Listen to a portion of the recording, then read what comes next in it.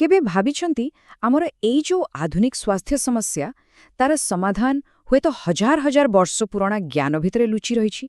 हाँ, आज आमे सेही आयुर्वेदर किछि गभीर कथा जानिबा जहा आम जीवनशैली को पूरापूरी बदली देबार शक्ति रखे। कथाटा शुणिले टिके अजब लागुछि नुए। बीमार हेबा पाए परिश्रम करबाको पड़े, किंतु एहार अर्थ बहुत गभीर। एहार माने होछि आमे प्रतिदिन जानतरे हेउ कि अजाणतरे एमिति किछि काम करि चलिछे जहा धीरे धीरे आमको रोग आड़को टाणी नेउछि। तेणु रोग कोनोसी दुर्घटना नुहे बरं आम निज अभ्यास रही फल। तेबे आसंतु देखिबा रोग को अर्जन करिबा पई आमे प्रकृतरे एमिति कोन सबु कठिन परिश्रम करूछे। चालंतु सेही अभ्यास गुड़िक उपरे नजर पकेइबा। देखंतु तो डेरी रे सोइबा, डेरी रे उठिबा, राति अधरे बर्गर पिज्जा खाइबा, कथा कथारे पेनकिलर खाइबा, आउ पाटी को गले तो पेट फाटिबा जाय खाइबा। ए सबु सह प्रबल मानसिक चाप। ए सबु अभ्यास आम शरीरर जो प्राकृतिक घड़ी अछि ताकू पूरा बिगाड़े दिए।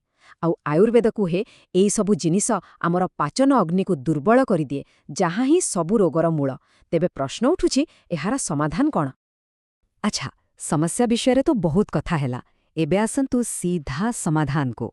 आयुर्वेद अनुसारे गोटे सुस्थ दिनर आरंभ गोटे भल सकाळु ही हुए। तेबे आसंतु देखिबा एकदम सरल 3टी स्टेप्र एक मॉर्निंग रूटीन जहा स्वास्थ्यर मूलदुआ को मजबूत करिदेबो। एहा प्रकृतरे बहुत सहज।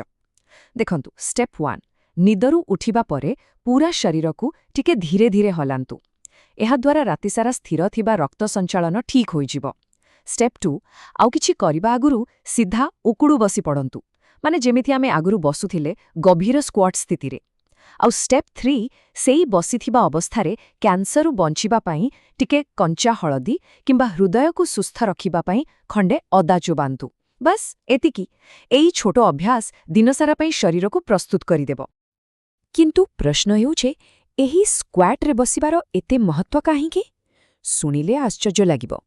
केवल एहीपरि बसिबा द्वारा आम पिंडुली रे जमा होइथिबा प्राय 500 मिलीलिटर रक्त सीधा आम पेट आड़कू प्रवाहित हुए।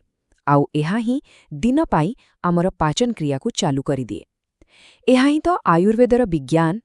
आमर शरीरर स्थिति ही आम भितरर स्वास्थ्य को नियंत्रण करे। केते बड़ कथा जहाकू आमे आजिकाली प्राय भूली गलेनी। ठीक अछि, तेबे सकाळू आमे पाचन क्रिया को तो चालू करिदेले।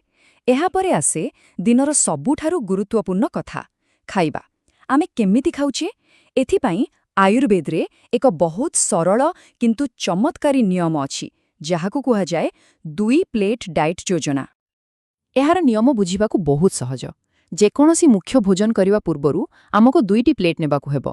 प्लेट 1 रे रहिबो कंचा जिनिस आउ प्लेट 2 रे आमर साधारण रंधा खाद्य। जेमिति कि जलखियारे परोटा खाइबा पूर्वरु प्रथमे 500 ग्राम फल खाइ नेबा। सेहीपरि द्विपहरारे भात डाली खाइबा पूर्वरु 250 ग्राम कंचा सालाड खाइबा आउ रातिरे हालुका खाद्य पूर्वरु गोटे बड़ पात्ररे परिबा सुप्त्य। एमिति करिवार कारण हेला शरीर को प्रथमे फाइबर आउ पोषक तत्व मिली जाए जहा रक्तरे सुगर को नियंत्रण करे आउ आमको अधिक खाइबारु भी बंचाए। आउ एही 2 प्लेट योजना सहित आउ किछि छोटो छोटो कथा मने रखिबा दरकार। जेमिति कि खाइबार 40 मिनिट पूर्वरु किंबा परे पानी पीबा नाही। आउ जदि दरकार पड़े खाइबा बेले टिके टिके करि पी पारिबे। दुग्धजात द्रव्य विशेष करी मईशी क्षीर ठारू दूरे रहिबा भल।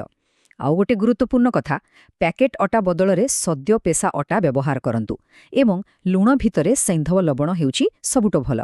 एथुरु जणा पडुछि जे आयुर्वेदरे केवल कोण खाइबे ता नुहे, किपरि खाइबे ताहा भी बहुत जरूरी। ठीक अछि, खाइबा कथा तो बुझीगले, किंतु कथा कौन एतिकरे सरीगला? आदो नुहे। आमर दैनंदिन अभ्यास जेमतिकी आमर बसिबा, उठिबा, एपरिकी सोइबार ढंग, से सबुर कौन? आसंतो देखिबा केमिति आमर आधुनिक सुविधा गुड़िक ही आमर स्वास्थ्य पाई असुविधा सृष्टि करुछि। एही तुलना को देखिले बोधहुए आखि खोलिजिब। आमे आराम रे चेयर रे गोड़ झुलाई बसुछे, किंतु एहा आम हृदय उपरे अधिक चाप पकाउछि। ता बदलरे चौखी माड़ी बसिबा बहुत भल। आमे वेस्टर्न टॉयलेट व्यवहार करुछे, जोंथिपाई आम मूत्राशय पूरा खाली हेउनी आउ यूटीआई भड़ी समस्या बढ़ुछि। एपरिकी पुरुषमानंक पाई ठिया होई परिश्रा करिबा अपेक्षा बसी करिबा बहुत भल। आउ शोइबा बेड़े जेकोनसी दिगकू मुंड करिबा बदलरे पूर्व किंबा दक्षिण दिगकू मुंड करी शोइबा उचित। ସତରେ ଆମର ସୁବିଧା ହିଁ ଆମ ପାଇଁ ଅସୁବିଧାର କାରଣ ପାଲଟିଛି। ଆଉ ଶୋଇବା ବିଷୟରେ ଏଇ ଗୋଟିଏ ଛୋଟ ନିୟମ ବୋଧହୁଏ ଜୀବନ ବଞ୍ଚେଇ ଦେଇପାରେ। ଶୋଇବା ବେଳେ ବାମ ପାର୍ଶ୍ୱକୁ ମାଡ଼ି ଶୁଅନ୍ତୁ, କିନ୍ତୁ ମନେ ରଖନ୍ତୁ ନିଦରୁ ଉଠିଲା ବେଳେ ସବୁବେଳେ ଡାହାଣ ପାର୍ଶ୍ୱକୁ ବୁଲି ଉଠନ୍ତୁ। କାହିଁକି? କାରଣ ଏହା ହୃଦୟ ଉପରେ ହଠାତ୍ ପଡ଼ୁଥିବା ଚାପକୁ କମ୍ କରିଦିଏ। ଆଉ ଆମେ ଜାଣିଛେ ସକାଳୁ ସକାଳୁ ହେଉଥିବା ହୃଦ୍ଘାତର ଏହା ଏକ ବଡ଼ କାରଣ। ତେବେ ଏତେ ସବୁ କଥା ପରେ ମନରେ ପ୍ରଶ୍ନ ଆସୁଥିବ, ଏହି ସବୁ ଅଭ୍ୟାସ, ସକାଳର ନିୟମଠୁ ଆରମ୍ଭ କରି ଖାଇବା ଆଉ ଶୋଇବା ପର୍ଯ୍ୟନ୍ତ ଏସବୁ ପଛରେ କ'ଣ ଗୋଟିଏ ମୂଳ ସିଦ୍ଧାନ୍ତ ଅଛି? ହଁ, ଅଛି। ଆସନ୍ତୁ ଏବେ ଆୟୁର୍ବେଦର ସେହି ମୂଳ ଆରୋଗ୍ୟକାରୀ ରହସ୍ୟକୁ ବୁଝିବା। ଆୟୁର୍ବେଦ ଅନୁସାରେ ଦୁନିଆର ସବୁ ରୋଗର କାରଣ କେବଳ ଗୋଟିଏ, କ୍ୟାନ୍ସର ହେଉ କି ଡାଇବେଟିସ୍, ସେହି କାରଣଟି ହେଉଛି ମନ୍ଦାଗ୍ନି। ଏହାର ଅର୍ଥ ହେଲା ଆମ ପାଚନ ଅଗ୍ନିର ଦୁର୍ବଳ ହୋଇଯିବା। ଆଉ ଏହା କେବଳ ଖାଦ୍ୟ ହଜମ କରିବା କଥା ନୁହେଁ, ଏହା ଆମର ଚିନ୍ତା, ଆମର ଭାବନାକୁ ହଜମ କରିବା କଥା ମଧ୍ୟ। ଯେତେବେଳେ ଏହି ଅଗ୍ନି ଦୁର୍ବଳ ହୋଇଯାଏ, ଶରୀରରେ ବିଷାକ୍ତ ପଦାର୍ଥ ଜମା ହେବାକୁ ଲାଗେ। ଯଦି ସବୁ ରୋଗର କାରଣ ଗୋଟିଏ, ତେବେ ତାର ଉପଚାର ବି ଗୋଟିଏ। ତାହା ହେଉଛି କୁପିତ ମଳକୁ ଶରୀରରୁ ବାହାର କରିବା, ମାନେ ଶରୀରରେ ଜମା ହୋଇଥିବା ସେହି ଦୂଷିତ, ବିଷାକ୍ତ ବର୍ଜ୍ୟବସ୍ତୁକୁ ବାହାର କରିବା। ତେଣୁ ଆମେ ଏପର୍ଯ୍ୟନ୍ତ ଯାହା ବି ଆଲୋଚନା କଲେ, ସବୁର ଲକ୍ଷ୍ୟ ମାତ୍ର ଦୁଇଟି। ପ୍ରଥମତଃ ଆମ ପାଚନ ଅଗ୍ନିକୁ ମଜବୁତ କରିବା, ଆଉ ଦ୍ୱିତୀୟରେ ଶରୀରକୁ ସଫା କରିବା। ତେବେ ଦେଖିଲେ ତ, ସୁସ୍ଥ ରହିବା କୌଣସି ବଡ଼ କଥା ନୁହେଁ। ଏହା ପ୍ରତିଦିନ ନିଆଯାଉଥିବା ଛୋଟ ଛୋଟ ନିଷ୍ପତ୍ତିର ଫଳ। ତେଣୁ ଆଜି ଆମେ ସମସ୍ତେ ନିଜକୁ ପଚାରିବା, ଆମେ ଆମର କେଉଁ ଗୋଟିଏ ରୋଗ ଅର୍ଜନକାରୀ ଅଭ୍ୟାସକୁ ବଦଳାଇ ତା ଜାଗାରେ ଗୋଟିଏ ସ୍ୱାସ୍ଥ୍ୟ ନିର୍ମାଣକାରୀ ଅଭ୍ୟାସ ଆରମ୍ଭ କରିପାରିବା?